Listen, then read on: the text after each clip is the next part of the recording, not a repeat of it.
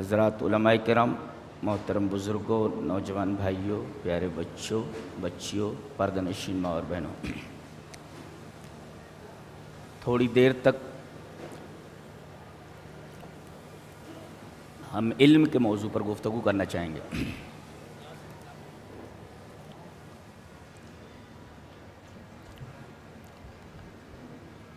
ایک ہے علم اور ایک ہے معرفت۔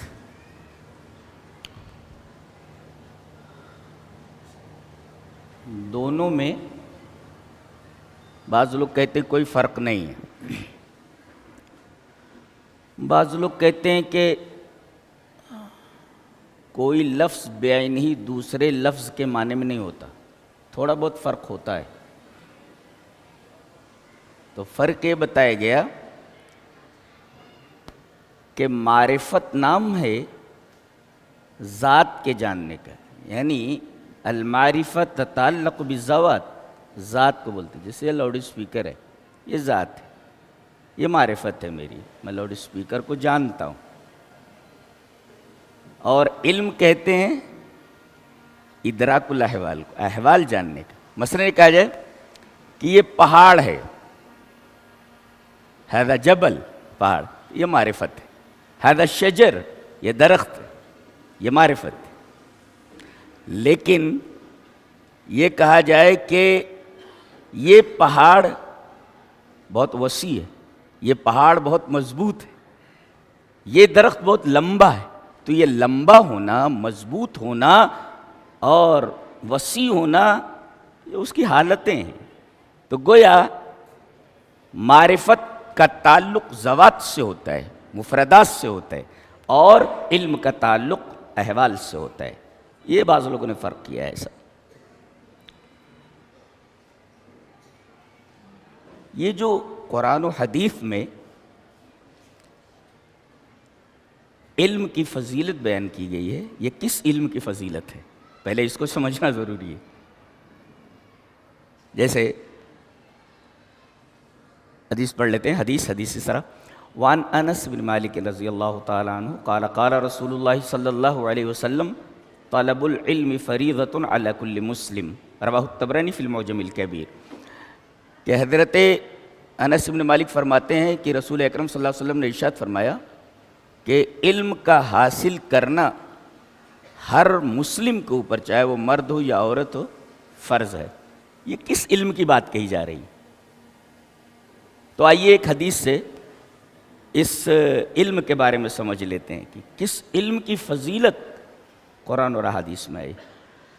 حدیث اس طرح: وعن جابر بن عبداللہ رضی اللہ تعالیٰ عنہ قال قال رسول اللہ صلی اللہ علیہ وسلم سلوا اللہ علما نافعا وتعوذوا باللہ من علم لا ينفع، رواہ ابن ماجہ فی کتاب الدعاء۔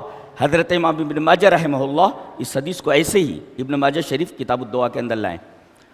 حضرت جابر فرماتے ہیں کہ رسول اکرم صلی اللہ علیہ وسلم نے ارشاد فرمایا کہ تم لوگ اللہ سے نفع بخش علم مانگو، کہ اے اللہ مجھے نفع بخش علم عطا فرما جو نفع پہنچائے، اور اللہ کی پناہ چاہو تم ایسے علم سے جو نفع نہ دے۔ وَتَعَوَّذُوا بِاللَّهِ مِنْ عِلْمٍ لَا يَنْفَعُ، ایسے علم سے اللہ کی پناہ چاہو جو نفع بخش نہ ہو۔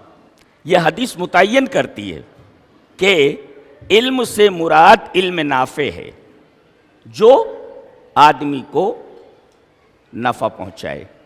ایک نکتہ یہاں جان لینا ضروری ہے کہ آدمی کے پاس علم نافع ہے، علم ہے اس کے پاس، مگر اس علم سے دوسروں کو تو فائدہ پہنچا رہا ہے لیکن خود کو فائدہ نہیں پہنچا رہا ہے، تو یہ علم نافع نہیں، اس کے حق میں کم سے کم۔ جی، تو علم سے مراد علم نافع۔ چلیے ایک حدیث اور پروف کر لیتے ہیں کہ اس علم سے مراد علم نافع۔ حدیث اس طرح: وعن ابی ہریرہ رضی اللہ تعالیٰ عنہ ان رسول اللہ صلی اللہ علیہ وسلم قال اذا مات الانسان انقطع عنہ عملہ الا من ثلاثۃ الا من صدقۃ جاریۃ او علم ينتفع به او ولد صالح يدعو له، رواہ مسلم فی کتاب الوصیہ۔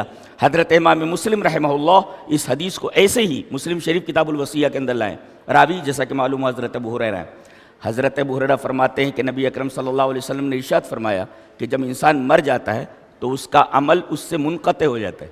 ایک نکتہ بتاؤں، ان جو ہوتا ہے ان یہ تجاوز کے لیے آتا ہے، ہم لوگ عربی میں پڑھتے ہیں وعن للتجاوز، اور مثال کیا دیتے ہیں، رمیت السہم عن القوس، میں نے تیر کو کمان سے پھینک دیا۔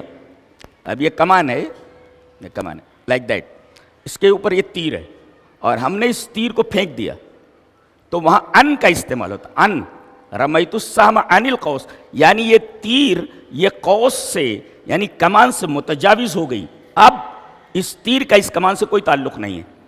پتہ یہ چلا اذا مات الانسان انقطع عنہ عملہ، انسان جب مر گیا تب اب اس کے کسی عمل کا تعلق اس کی ذات سے نہیں ہے۔ نبی یہ کہہ رہے ہیں کہ مردے کا عمل ختم ہو گیا، جیسے تیر کمان سے دور چلا گیا، اب تیر کا کمان سے کوئی تعلق نہیں۔ یہ کہتے بابا دیتے ہیں بابا بگڑی بنا دیتے، کیسے؟ اذا مات الانسان انقطع عنہ عملہ، آدمی مر گیا تو اس کا عمل اسی طریقے سے اس سے متجاوز ہو گیا، دور چلا گیا، جیسے تیر کمان سے دور چلا جاتا ہے۔ اور ایک نکتہ اور ملحوظ رکھیں، اللہ تبارک و تعالی نے یہ ارشاد فرمایا کہ نبی جب میرا بولتا ہے تو جانتے ہو کیسے بولتا ہے، وَالنَّجْمِ إِذَا هَوَى مَا ضَلَّ صَاحِبُكُمْ وَمَا غَوَى وَمَا يَنطِقُ عَنِ الْهَوَى۔ دیکھیں یہاں بھی ہوا لائے گا، ان لائے گا، ان، یعنی میرا نبی جب کوئی بولتا ہے کوئی بات تو اس کی بات اس کی خواہش نفس سے، اس کی خواہش سے اس طرح دور ہوتی ہے جیسے کہ تیر پھینکا ہوا کمان سے دور ہوتا ہے۔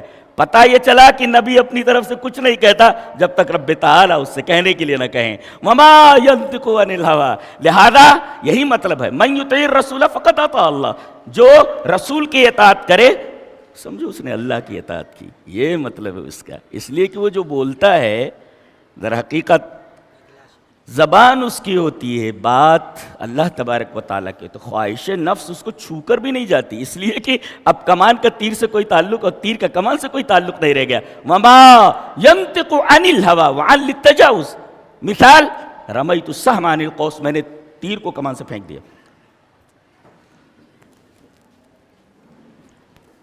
تو جب انسان مر جاتا ہے تو اس کا عمل اس سے منقطع ہو جاتا ہے، مگر تین چیزیں مرنے کے بعد بھی رہتی ہیں جس کا ثواب سے برابر ملتا رہتا ہے۔ کیا؟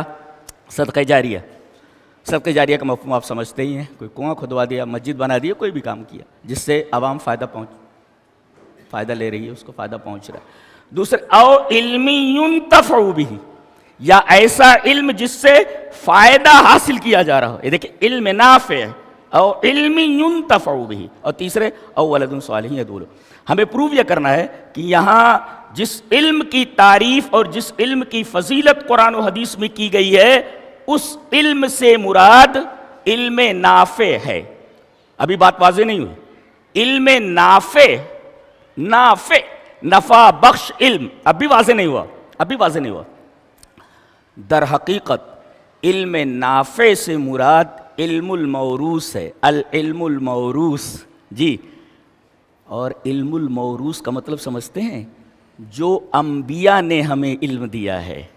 دلیل یہ حدیث پاک، وعن کثیر بن قیس قال كنت جالسا مع ابي الدرداء رضی اللہ تعالی عنہ في مسجد دمشق فجاءه رجل فقال يا ابا الدرداء اني جئتك من مدينة الرسول صلى الله عليه وسلم لحديث بلغني انك تحدثه عن رسول الله صلى الله عليه وسلم ما جئت بحاجة قال فإني سمعت رسول الله صلى الله عليه وسلم يقول من سلك طريقا يطلب فيه علما سلك الله به طريقا من طرق سلك الله طريقا من أهل الجنة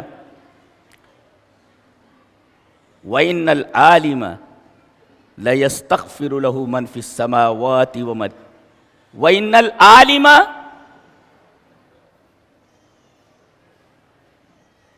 لَيَسْتَغْفِرُ لَهُ مَنْ فِي السَّمَاوَاتِ وَمَنْ فِي الْأَرْضِ وَالْحِيتَانُ فِي جَوْفِ الْمَاءِ وَإِنَّ فَضْلَ الْعَالِمِ عَلَى الْعَابِدِ كَفَضْلِ الْقَمَرِ فِي لَيْلَةِ الْبَدْرِ عَلَى سَائِرِ الْكَوَاكِبِ وَإِنَّ الْعُلَمَاءَ وَرَثَةُ الْأَنْبِيَاءِ وَإِنَّ الْأَنْبِيَاءَ لَمْ يُوَرِّثُوا دِينَارًا وَلَا دِرْهَمًا وَرَّثُوا الْعِلْمَ فَمَنْ أَخَذَهُ أَخَذَ بِحَظٍّ وَافِرٍ رواہ ابو داؤد فی کتاب العلم۔ حضرت امام ابی داؤد رحمہ اللہ اس حدیث کو ایسے کتاب العلم کے اندر لائیں۔ ایک صاحب کہہ رہے ہیں کہ میں بیٹھا ہوا تھا سیریا کی جامع مسجد دمشق میں، اچانک ایک آدمی اور مشہور صحابی ابو دردہ کے پاس ایک آدمی آتا ہے، السلام علیکم۔ وعلیکم السلام۔ حضرت میں مدینہ سے آ رہا ہوں۔ ارے مدینہ سے آ رہا ہے؟ مدینہ کہاں ہے اور سیریا کہاں ہے؟ کائے کے لیے آیا ہے؟ کہا کہ ایک حدیث کے لیے آیا ہوں۔ آپ کو بیٹھے بٹھائے علماء اتنی حدیثیں دے دیتے، یہ آدمی ایک حدیث سننے کے لیے مدینہ سے چل کر کے سیریا آیا ہے، معلوم ہے آپ کو؟ کہہ رہا ایک حدیث جاننے کے لیے آیا، ما جیت لحاجت، کسی اور ضرورت سے نہیں آیا میں کہ یہ کوئی ثانوی چیز ہے کہ میں کسی کام سے آیا تھا لاؤ حدیث سن لے، نہیں، خاص اسے حدیث کے لیے آیا ہوں۔ اس لیے آیا ہوں من مدینۃ رسول صلی اللہ علیہ وسلم لحدیث، ایسے حدیث کے لیے بلغنی، مجھے بات پہنچی ہے، انک تحدثہ عن رسول اللہ صلی اللہ علیہ وسلم، کہ آپ وہ حدیث رسول اللہ صلی اللہ علیہ وسلم سے ان کے ساتھ بیان کرتے ہیں کہ رسول اللہ صلی اللہ علیہ وسلم نے فرمایا۔ ایک عالم کا کام یہی ہوتا ہے، قرآن کی آیت پڑھ دے اور حدیث رسول پڑھ دے، اس کا کام ختم، اپنا فلسفہ بگاڑنے کی ضرورت نہیں ہے اس کو۔ ہمارا کام بس اتنا ہی ہے، قرآن کی آیت اور اسی تو حدیث، تشریح جیسے علماء نے سلف نے کی ہے، تفسیر اس کے سامنے رکھ دیں، تشریح اس کے سامنے رکھ دیں، اور کسی کام سے نہیں آیا۔ وہ حدیث سنا رہے ہو کہ میں نے رسول اللہ صلی اللہ علیہ وسلم سے سنا ہے، ابو دردہ کہتے کہ جو آدمی علم کی تلاش میں نکلتا ہے کسی راستے پر، تو وہ علم کے راستے پر نہیں چل رہا ہے، وہ جنت کے راستے پر چل رہا ہے۔ عجیب بات ہے۔ تو آپ لوگ جو علم کے راستے پر آئے ہو، علم حاصل کرنے کے لیے جس راستے سے آئے ہو، یہ راستے سے نہیں آئے ہو، یہ راستہ علم کا راستہ نہیں بلکہ جنت کا راستہ ہے، یہ فضیلت علم۔ جی وَإِنَّ الْعَالِمَ لَتَّضَوْا وَإِنَّ الْمَلَائِكَةَ لَتَضَوْا أَجْنِحَتَهَا رِزًا لِطَالِبِ الْعِلْمِ، ملائکہ اپنے پر بچھاتے ہیں طالب علم کے لیے، اور تمام چیزیں کائنات کی جو زمین اور آسمان میں ہیں سب عالم کے لیے دعا کرتی ہیں، یہاں تک کہ وَالْحِيتَانُ فِي جَوْفِ الْمَاءِ، پانی کے اندر جو مچھلیاں ہیں وہ دعا کرتی ہیں۔ اور فرمایا عالم کی فضیلت عابد کے اوپر، عبادت گزار کے اوپر ایسے ہی ہے جیسے چاند کی فضیلت چاندنی رات میں، 14ویں رات میں تمام ستاروں کے اوپر ہوتی ہے۔ جی اور فرمایا وَإِنَّ الْعُلَمَاءَ وَرَثَةُ الْأَنْبِيَاءِ، یہ علماء انبیاء کے وارث ہیں۔ وَإِنَّ الْأَنْبِيَاءَ لَمْ يُوَرِّثُوا دِينَارًا وَلَا دِرْهَمًا، انبیاء یہ دینار اور درہم، روپیہ پیسہ، مال و جائیداد یہ وراثت میں نہیں چھوڑتے، وَرَّثُوا الْعِلْمَ، یہ وراثت میں علم کو چھوڑتے ہیں۔ یہ کیسا علم؟ قرآن و سنت کا علم۔ اس لیے کہ نبی پر یہی دو علوم اترے ہیں۔ دلیل ابھی رک جائیے، اس حدیث پر دو ہی علوم اترے ہیں، یہ دو ہی چیزیں، دلیل یہ حدیث پاک۔ وعن ابی ہریرہ رضی اللہ تعالی عنہ قال قال رسول اللہ صلی اللہ علیہ وسلم انی قد ترکت فیکم شیئین لن تضلوا بعدہما کتاب اللہ و سنتی ولن تضلوا بعدہما کتاب اللہ و سنتی وَلَن يَتَفَرَّقَ حَتَّى يَرِدَ عَلَيَّ الْحَوْض رواہ الحاکم فی المستدرک فی کتاب العلم۔ حضرت امام حاکم رحمہ اللہ اس حدیث کو مستدرک علی الصحیحین کتاب العلم کے اندر لائے، راوی حضرت ابو ہریرہ ہیں۔ حضرت ابو ہریرہ فرماتے ہیں کہ نبی اکرم صلی اللہ علیہ وسلم نے ارشاد فرمایا کہ میں نے تمہارے درمیان دو چیزیں چھوڑ دی ہیں، ان دونوں چیزوں کو اگر مضبوطی سے پکڑے رہو گے تو کبھی گمراہ نہیں ہوگے۔ یہی دو چیزیں آپ پر اتری، یہی دونوں چیزیں آپ نے امت کو دی ہیں، جی انہی دونوں چیزوں کا نام علم ہے، جی اور یہی دونوں چیزیں وراثت میں چھوڑ کر جاتا ہے، اس لیے کہ یہی دونوں چیزیں نبی کو ملی ہیں، انبیاء کو یہی دونوں چیزیں دی جاتی ہیں، جی کتاب اور سنت، اس کا عمل، یہ دونوں چیزیں۔ تو وراثت میں کتاب و سنت ملا انہیں، فمن اچھا عجیب بات یہ ہے، میں تو وراثت کا طالب علم الفرائض کا، تو کس کو کتنا ملتا ہے اللہ تبارک و تعالیٰ نے اس کا حصہ بتا دیا ہے، بیٹی کا اتنا حصہ ہوتا ہے، فلاں کا اتنا، فلاں ماں کا اتنا حصہ، باپ کا اتنا حصہ، لیکن یہ عجیب وراثت ہے انبیاء کی، اس میں متعین حصہ نہیں ہے، جو جتنا چاہے جتنی محنت کرے اتنا لے لے، اس میں حصہ متعین نہیں، یہ عجیب و غریب قسم کی وراثت ہے۔ پتہ یہ چلا کہ علم سے مراد علم موروث ہے. العلم الموروث عن النبی صلی اللہ علیہ وسلم عن الانبیاء علیہم الصلوۃ والتسلیم. اچھا پتہ یہ چلا کہ علم نافع سے مراد، نفع بخش سے علم سے مراد علم الموروث ہے، جو وراثت میں ہمیں ملا ہے، جیسا کہ اس حدیث سے معلوم ہے ورث العلم، جو علم موروث ہے وراثت میں ملا. کس سے؟ انبیاء کرام سے. یہ علم نافع ہے. اور یہاں پر ایک نقطہ اور بڑھا لیں، یہ علم موروث یہ اصل ہے. اب اس کا جو مساعد اور معاون ہوگا، اس کا جو ہیلپر ہوگا، وہ بھی علم نافع ہے. دلیل یہ حدیث پاک. وعن زید بن ثابت رضی اللہ تعالیٰ عنہ قال قال رسول اللہ صلی اللہ علیہ وسلم اتحسن السریانیہ قلت لا قال فتعلمها فإنه تأتينا كتب قال فتعلمتها في 17 يوما قال الأعمش كانت تأتيه كتب لا يشتهي أن يطلع عليه إلا من يثق به رواہ ابن حبان فی صحیحہ. حضرت امام ابن حبان رحمہ اللہ اس حدیث کو ابن حبان صحیح ابن حبان کے اندر لائے. راوی حضرت زید بن ثابت ہیں. بہت عجیب و غریب حدیث ہے. حضرت زید بن ثابت کہتے ہیں کہ رسول اللہ صلی اللہ علیہ وسلم نے ایک دفعہ مجھ سے کہا کہ تمہیں سریانی آتی ہے؟ سریانی زبان آتی ہے؟ جسے کہا جائے انگلش آپ کو آتی ہے عربی کے علاوہ؟ قلت اللہ، میں نے کہا نہیں آتی مجھے. قال فتعلمها، سیکھ لو. کیوں؟ فَإِنَّهُ تَأْتِينَا كُتُبٌ، ہمارے پاس بادشاہوں کے، سرداروں کے اور دیگر قبائل کے سرداروں کے خطوط آتے ہیں. اب ہم کو عربی کے علاوہ کچھ اور نہیں آتا ہے، تو یہ زبان سیکھ لو، تاکہ ہم نہیں چاہتے کہ اگر اس کے اندر کوئی خفیہ بات ہو دوسرے لوگ اس پر مطلع ہو جائیں. صرف ہم ہی جان کر رہے ہیں، لہذا اس زبان کو سیکھ لو. اللہ اکبر. حضرت زید بن ثابت کہتے ہیں فَتَعَلَّمْتُهَا فی 17 یومن، پوری زبان سریانی 17 دن کے اندر پڑھ لیا انہوں نے. یاد یہ زبان پوری کی پوری 17 دن کے اندر سیکھی ہے. ذہانت دیکھیے، ایک تو نبی کی دعا، پھر نبی کا حکم ہے، اور اس کے بعد ان کی محنت ہے. اس میں ایک نقطہ یہ ملا کہ قرآن و حدیث کے علاوہ وہ حدیث، وہ علوم جو قرآن و حدیث کے معاون ہوں. مثلا اب علم الفرائض اگر مجھے پڑھانا ہے تو علم الفرائض کے اندر 4 چیزیں ہیں: علم القرآن، علم الحدیث، علم النسب، علم الحساب. اگر آپ کو علم الحساب نہیں آتا تو پھر آپ صحیح سے تقسیم نہیں کر سکتے وراثت کو. لہذا میتھمیٹکس ضرورت کے مطابق اتنا سیکھنا یہ در حقیقت یہ کتاب و سنت کا معاون ہے. لہذا جب یہ کتاب و سنت کا معاون ہے تو یہ بھی علم نافع میں داخل ہے. تو ہر وہ علم جو کتاب و سنت کا معاون ہو، یہ حدیث بتا رہی ہے کہ وہ کتاب و سنت تو علم ہے ہی علم نافع، ان کا جو معاون علم ہے وہ بھی علم نافع میں داخل ہے. لہذا جو دعویٰ ہم نے کیا تھا وہ دعویٰ ثابت ہو گیا.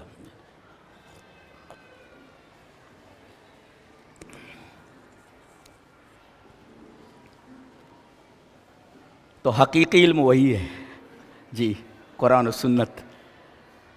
ایک حدیث میں اور وضاحت ہے اس کی. اب دیکھو حدیث اس طرح: وعن مسعر قال سمعت عبد الاعلی التیمی یقول من اوتی من العلم ما لا یبکی لخلیق بأن لا یکون قد اوتی من علم ینفعه لأن اللہ تعالی نعت العلماء ثم قرأ قل آمنوا به أو لا تؤمنوا إن الذين أوتوا العلم من قبله إذا يتلى عليهم يخرون للأذقان سجدا ويقولون سبحان ربنا إن كان وعد ربنا لمفعولا ويخرون للأذقان يبكون ويزيدهم خشوعا. رواہ الدارمی فی کتاب العلم. حضرت امام دارمی رحمہ اللہ اس حدیث کو ایسے ہی کتاب العلم کے اندر لائے. دارمی میں کہتے ہیں کہ میں نے، نثار کہتے ہیں کہ میں نے عبد الاعلی تیمی کو یہ کہتے ہوئے سنا کہ اللہ اگر کسی کو ایسا علم نہ دے جو اسے رلائے نہ، اسے رلائے نہ، تو بہتر یہ ہے کہ اس کو علم نافع دیا ہی نہ جائے. علم نافع دیا ہی نہ جائے، اس لیے کہ اللہ تعالیٰ نے علماء کی تعریف فرمائی ہے جی قرآن. اور یہ علم کتاب و سنت کا یہ ایسا علم ہے جو آدمی کو رلاتا ہے. جو آدمی سجدے میں گرے، روئے، وَيَخِرُّونَ لِلْأَذْقَانِ يَبْكُونَ وَيَزِيدُهُمْ خُشُوعًا، ایسا علم جو آدمی کو رلا دے. جی ہمارے اسلاف ایسے ہی تھے.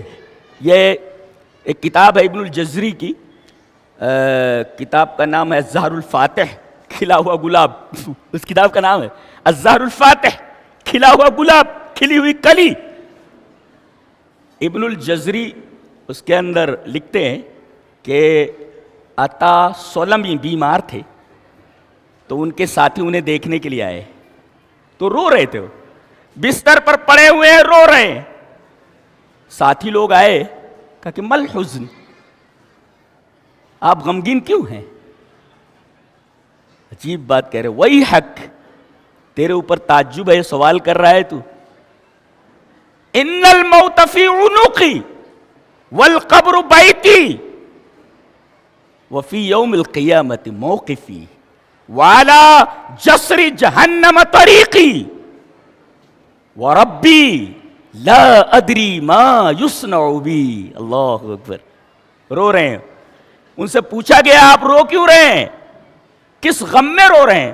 کہا کہ تو پوچھ رہا ہے، ارے موت میری گردن میں ہے، ہر آدمی کے ساتھ لگی ہوئی ہے، چھوڑتی نہیں.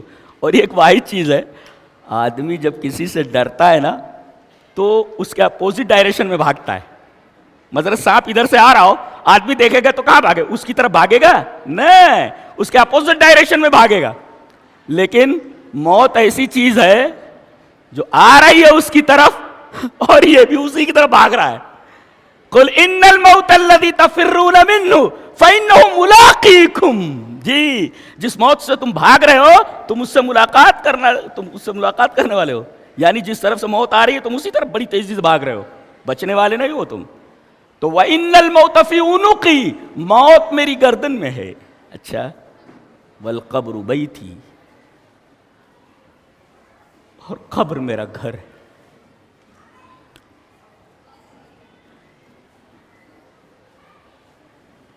وَفِي يَوْمِ الْقِيَامَةِ مَوْقِفِي، رب تعالیٰ کے سامنے کھڑا ہونا ہے.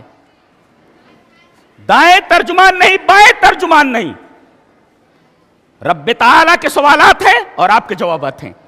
وفی، کوئی وکیل نہیں، کوئی ترجمان نہیں.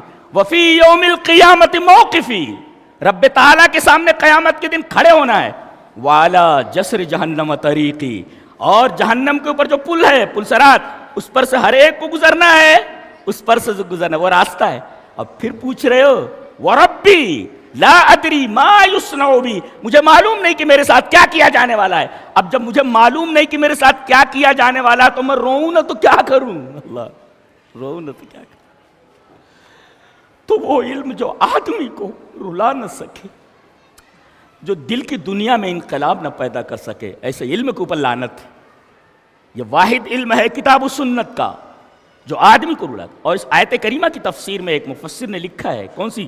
وہی قل آمنوا بہ ولا تؤمنوا، العالم الذی ابقاہ علمہ، عالم وہ ہے جس کا علم اس کو رلا دے، اس کا علم اسے رلا دے. جی. تو یہ تو علم کے بارے میں گفتگو ہے.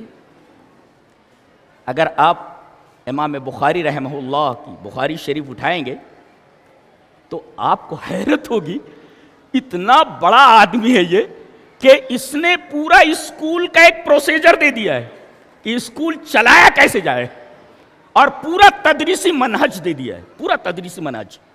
باب قائم کرتے ہیں، باب و فضل العلم، یہ باب ہے علم کی فضیلت کا. آپ کہیں کہ یہ چیز بہت اچھی ہے، اس کے اندر یہ خوبیاں ہیں، اس کے اندر یہ چیز ہے. اب ظاہر ہے کہ اگر میں اس کی خوبیاں اور فضیلت بیان کروں تو آپ کے اندر شوق پیدا ہوگا اس کو خریدنے کا. امام بخاری بات کر کے بتانا چاہتے کہ استاذ کو چاہیے کہ صرف پڑھائے نہ بلکہ علم کے تعلق سے تشویق کرے، شوق پیدا کرے، انسپریشن دے اس علم کے تعلق سے کہ علم سیکھو. طلباء کو صرف پڑھائے نہ بلکہ وہ بتائے کہ یہ چیز اتنی اہم ہے، فضیلت والی چیز ہے، تو تشویق دلانا، شوق دلانا. تو علم ایسی چیز ہے کہ استاذ کو چاہیے کہ صرف پڑھائے نہ، علم کا شوق دلائے، انسپریشن دے، انسپائر کرے اس کو. ایک نقطہ یہ. اور ہمارے ہاں علم کا یہ تصور ہے کہ ہمارے ہاں اگر نوکر بھی رکھا جائے تو عالم ہونا چاہیے. ہمارے ہاں علم کا یہ تصور ہے, نوکر بھی ہو, نوکر تو چھوڑو مرد پڑھ وڑھ لیتے ہیں, لونڈی بھی ہو, نوکرانی بھی ہو, کپڑا دھلنے والی ہو, وہ بھی عالمہ رکھی جائے. دلیل دلیل یہ حدیث پاک. چلیے پوری سند پڑھ لیتے ہیں.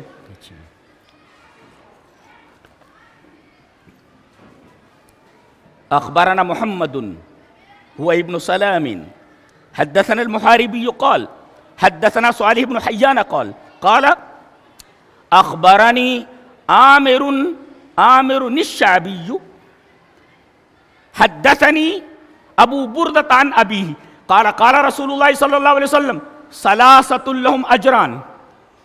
قال رسول الله ثلاثة لهم اجران, رجل من اہل الكتاب آمن بنبیہ وآمن بمحمد صلی اللہ علیہ وسلم ورجل والعبد المملوک ادى حق اللہ اذا ادى حق اللہ وحق موالی ورجل كانت عنده امة فأدبها فأحسن تأديبها وعلمها فأحسن تعليمها ثم آتقها فتزوج فلو اجران.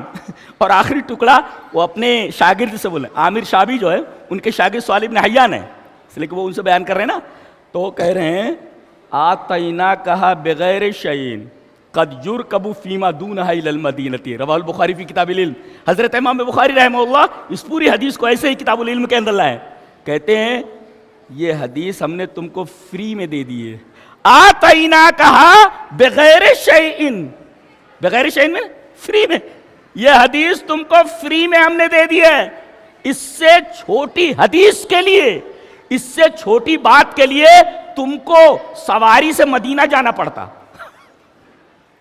قد یرکب فیما دونہا الی المدینہ, اور تم کو فری میں یہی دے دی گئی ہے. عظمت دیکھیے, عامر شعبی جو ہے اپنے شاگرد سے بول رہے ہیں کہ یہ حدیث ہم نے تم کو فری میں دے دی ہے, اس سے چھوٹی حدیث کے لیے تم کو مدینہ تک سواری کر کے جانا پڑتا. یہ حدیث کی عظمت ہے. اور حدیث کی اور اس میں یہ بھی معلوم ہوا کہ طلباء کو چاہیے کہ وہ دور دراز کا سفر کرے علم کے حصول کے لیے. یہ تو بہت آسانی ہے, لڑکیاں ادھر سے ادھر آ جا رہی ہیں جی, یہ ان کے لیے سعادت کی بات ہے, ان کے لیے اللہ تبارک تعالیٰ کا خاص فضل و کرم ہے. نہیں تو ان کو سفر کر کے باقاعدہ دور دور سے آنا چاہیے.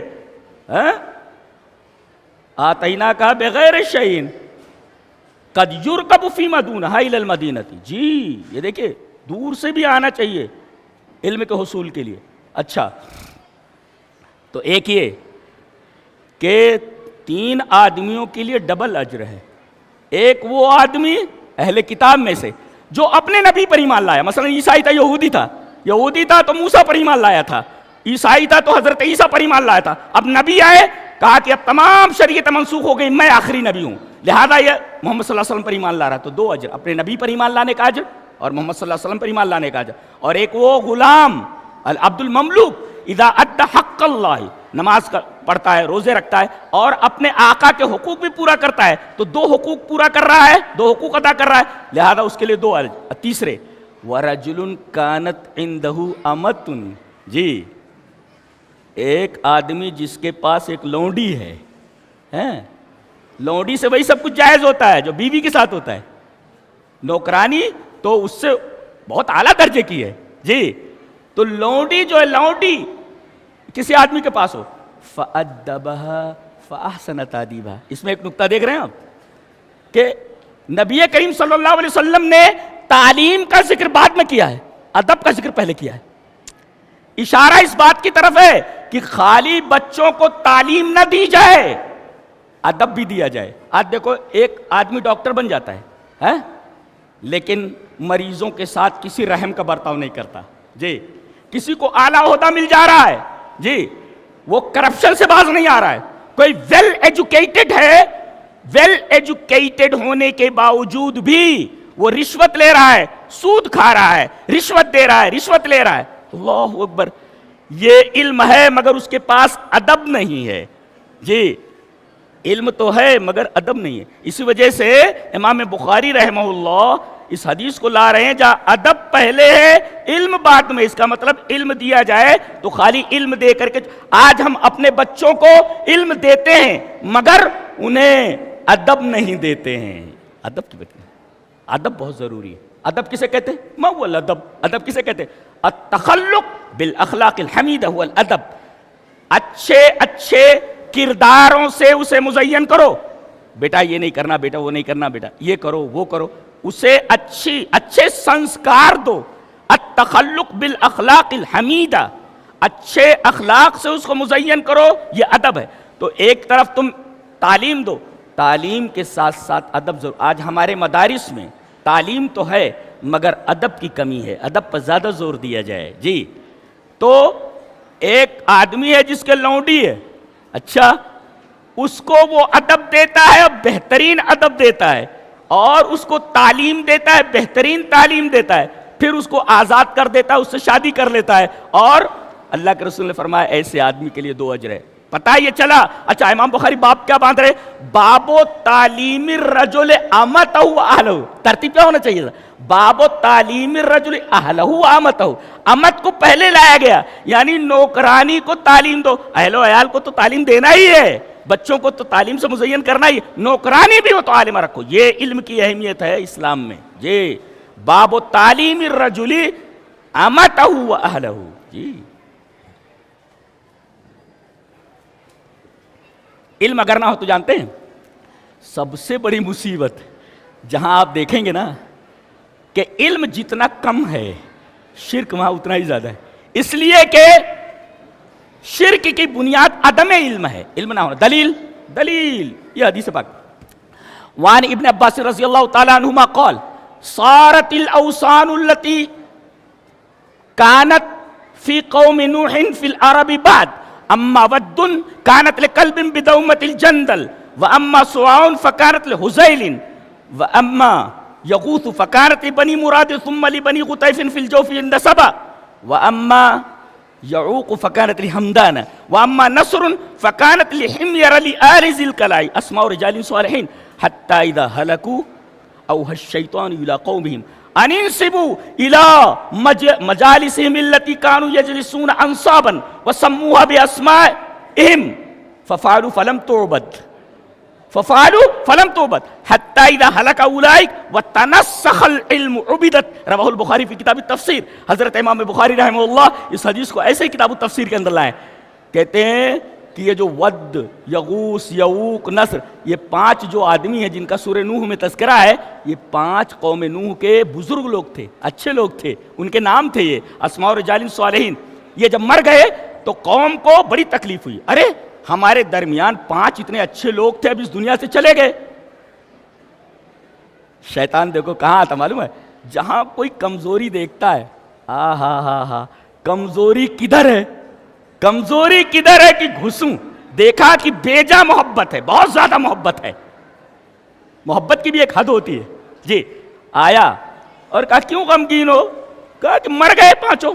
اچھا مر گئے ہم ہمارے درمیان. کہا کہ ایک بات بتاؤں تمہارا غم ختم ہو جائے، جہاں جہاں یہ بیٹھتے تھے نا وہاں ان کا بت بنا لو. ان کا بت بنا لو. بت بنا لیا انہوں نے. ان کی یہ بیٹھے یہاں ود بیٹھتا تھا، یہاں اس کا بت بنا لیا. یہاں سوا بیٹھتا تھا، وہاں بت بنا لیا. الی مجالسہم التی کانوا یجلسون انصابا وسموها باسمائہم. کہا یہ بت اس کا نام ود ہے، یہ بت اس کا نام سوا ہے، نام بھی دے دیے بتوں کا، لیکن عبادت نہیں کی گئی ان کی. اس لیے کہ علم موجود تھا. علم اس وقت موجود تھا. جی علم موجود تھا کہ یہ نیک لوگ تھے، انہوں نے کبھی بھی شرک نہیں کیا تھا. اب جب یہ پورے لوگ مر گئے، حتی اذا ہلک اولئک، یہ لوگ جنہیں معلوم تھا، جی علم تھا، حتی اذا ہلک اولئک وتنسخ العلم. تنسخ کا مطلب ٹو بی ڈیلیٹڈ. تو جہاں علم میں تمسخ آ جائے، ڈیلیٹ ہو جائے علم، اور تمسخ آ جائے. تمسخ جی ایک تو ہے تنسخ، ڈیلیٹ ہو جائے. موبائل میں کوئی چیز ڈیلیٹ ہو گئی، وہی مطلب ہوتا تنسخ کا. علم ڈیلیٹ ہو گیا. جیسے ہی علم ڈیلیٹ ہوا عبادت، عبادت کی جانے لگی. یہ اثر بتا رہا ہے کہ شرک کی جو بنیاد ہے، بنیاد وہ علم کا نہ ہونا ہے.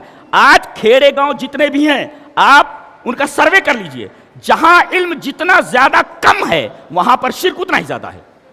پتہ یہ چلا کہ جہاں علم جتنا کم ہوتا ہے شیطان اس جگہ پر اتنا ہی زیادہ شرک کو پھیلاتا ہے, اور یہ اتنا قبیح مرض ہے, اگر یہ مرض کسی کو لاحق ہو جائے تو پھر اس کی آخرت تو پوری کی پوری تباہ و برباد ہو گئی. اور وہ چاہتا ہے کہ کسی کو موحد نہ رہنے دے. جی آج بھی لوگ بولتے ہیں, دیکھو ایک ہے تنسخ, علم ڈیلیٹ ہو گیا, تنسخ ٹو بی ڈیلیٹڈ, ڈیلیٹ ہو گیا تو عبادت پوجا ہونے لگی, شرک میں مبتلا. اور ایک ہوتا ہے تمسح, اس کا مطلب تھوڑا پوچھ لیا گیا یا تھوڑا اس کے اندر کمی آ گئی. آج دیکھو کہتے ہیں سرکار دیتے ہیں ہم کھاتے ہیں. جی جناب, کون سرکار؟ نبی کریم صلی اللہ علیہ وسلم. سرکار روٹی کا ٹکڑا دیتے ہیں ہم کھاتے ہیں, ہم تو سرکار کا کھاتے ہیں, اور بخاری شریف سے ثابت ہے. لیجئے جناب, لیجئے, سرکار دیتے ہیں یعنی نبی, نبی ہمیں ٹکڑے دیتے ہیں, روزی دیتے ہیں, اور ہم کھاتے ہیں, تو ہم سرکار کا دیا کھاتے ہیں. یہی تو شرک ہے. دلیل کہلاتا ہے, بخاری میں ہے کیا, انما انا قاسم واللہ یوتی, تو واللہ یوتی بھی نہیں بولتا, انما انا قاسم, میں بانٹ رہا ہوں, میرے اختیار میں ہے سب. چلیے وہ حدیث پہلے پڑھ لیتے ہیں, یہ بانٹنے والی جو ہے. چلیے حدیث اس طرح, وعن ابن شہاب قال قال حمید بن عبد الرحمن سمعت معاویہ خطیبا یقول سمعت النبی صلی اللہ علیہ وسلم یقول,